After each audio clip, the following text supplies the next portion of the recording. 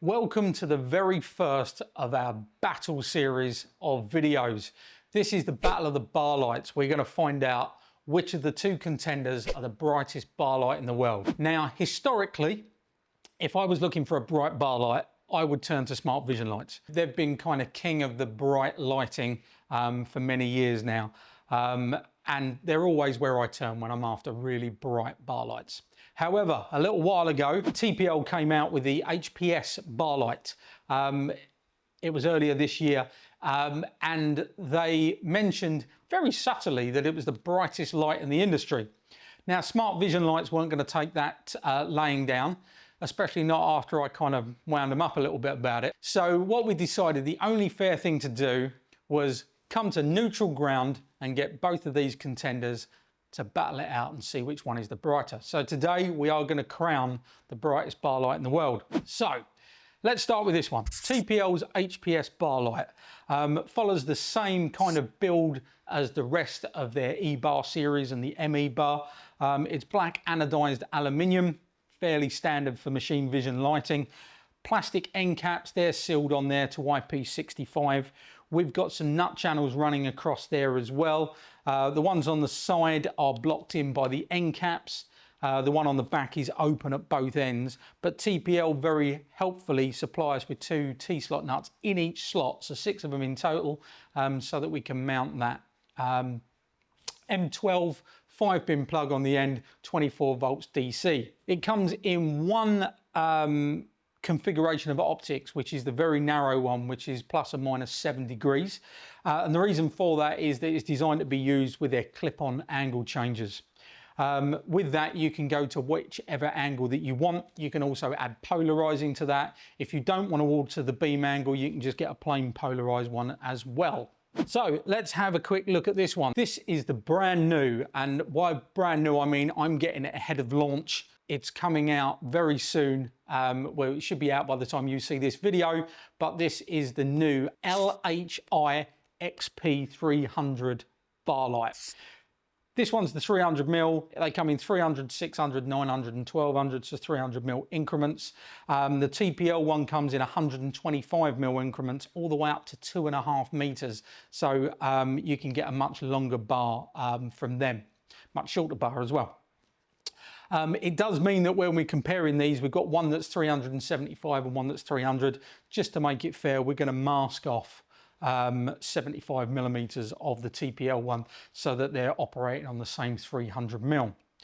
We don't want any squabbling going on. So let's talk about, these are both strobe only. They're far too bright to have on in constant mode.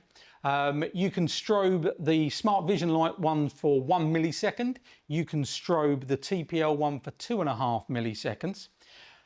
The Smart Vision Light one you can use in minus 10 degrees C up to 40 degrees C, and on the TPL that goes from 0 up to 40 degrees C. Now, when it comes to the actual strobe profile, the two manufacturers quote two different terminologies. Whether they're the same, I'm not entirely sure, but SVL quote a strobe trigger latency, is how they phrase it, of 6 microseconds. That's quick. However, TPL quote a rise time of 800 nanoseconds, so that's 0.8 microseconds, so 0.8 versus 6. That's really quick. So if you're trying to freeze frame something that's moving really fast, you could be better off with the TPL one. Now, they've both done a lot of work on the power side of things. Once we started getting lights got brighter and we started to get to overdrive lights, what we found was we needed to fit bigger and bigger power supplies because they needed lots and lots of current. However, both manufacturers have rethought that, and what they're doing is, rather than when you flash the light it's sucking a load of power from your power supply, they're doing it in a kind of top up your tank method. So both of them fill up and then use the tank for strobing it. It means that they use a lot less current, to the point where the average draw on the TPL one is 0.35 amps per 125 mil. That's the average. The peak is 0.5 amps. So for this 375 mil bar light, that's just over an amp, up to 1.5 amps at peak. The Smart Vision Lights one does draw a little bit more. So this 300mm one is drawing 1.22 amps average and 2.5 amps at its absolute peak. Now, the Smart Vision Lights one has got a really nice feature called hidden strobe. If you've not come across hidden strobe before, it is a patented method of not having to flash the light. It upsets operators. People start to get a bit anxious when there's lights flashing. So what Smart Vision Lights do to get around that is they flash it a little bit more. Humans can't perceive lights that are flashing above sort of 60 to 100 hertz. That's why when we've got 50 hertz bulbs in the UK, or 60 hertz if you're in the US, we don't see them flashing on and off. They're doing the same kind of thing. This is flashing on and off, but it's doing it so fast that we can't perceive it. So it looks like it's on all the time. When it then gets its trigger, it then gives you the full overdrive flash that you've requested, and then goes back to doing its hidden strobe flashing as well. So it's completely imperceivable to the human eye. And in fact, they've got some neat demos that they use at exhibitions where they've got a spinning wheel, where if it's on constant, you can tell it's spinning, but when it's in hidden strobe, you can't, because it's freeze framing it when it gets to the same point every time. It's a very nice feature, not one to be discounted. Okay, so both of them have got a maximum frequency of 1 kilohertz, 1000 hertz. And as I said, both 24 volts DC, both got M12 5-pin connectors. So that's enough talking about it. Let's put these two in a ring and see which one is brighter. Okay, we're set up now for the battle of the bar lights. The setup that we've got a Cognex 8900 camera with a manual focus lens on it. We're looking at a grayscale target that's on the wall approximately 2 meters away. We've got that already focused up. We've got the aperture on the lens virtually closed. And we've got a magic arm holding our light above it. Now, this isn't one of the contenders. This is just one that we have in the lab. It's a Smart Vision light. It's a multi-drive one, which means we can use it in constant or strobe, or we can put it in overdrive. We have got this in overdrive. So this is one of your standard everyday bar lights in its overdrive format, just to get a kind of benchmark of what we're looking at. So I'm going to take an image, and as you can see, that flashes. On the image here, I've got a box that I've got a histogram tool in that, and what that's giving me is just the average grayscale value of that box. So there you can see I've got a 0.5 millisecond exposure time set on the camera, and we're using the strobe output of the camera to trigger the light. We're getting 25.4, that's fairly repeatable. 25.4 is an average grayscale value. So let's get one of our contenders on there and see how that fares. Let's start with a Smart Vision light. So that is the LHIXP 300. So we've got it centered on our magic arm clamp. We're nice and flat, aiming straight at that wall.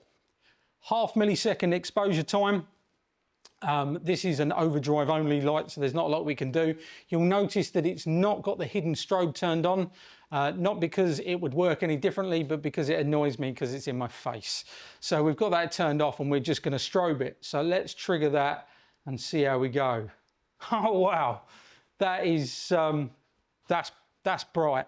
So as you can see, we've obliterated several of the grayscale markers, and we've got an average grayscale value of 145.2.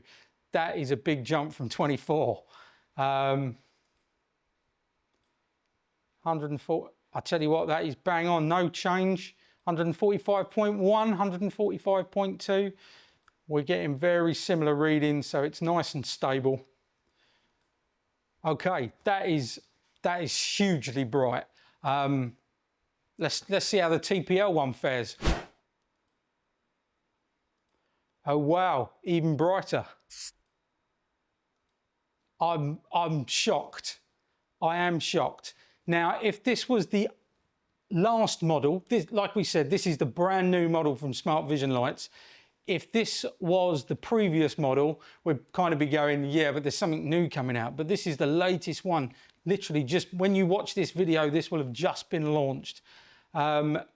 And we are getting a distinct grayscale difference. So we've gone from 145 up to 175. Noticeably brighter.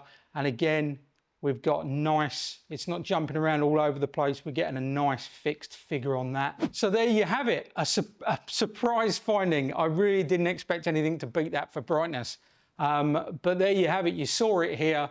The TPL HPS light, the brightest, uncontested, brightest bar light in the world. If you've got a bar light that you think has got what it takes to go up against the new reigning champ, then give us a call. We'll put it to the test and see what we can do.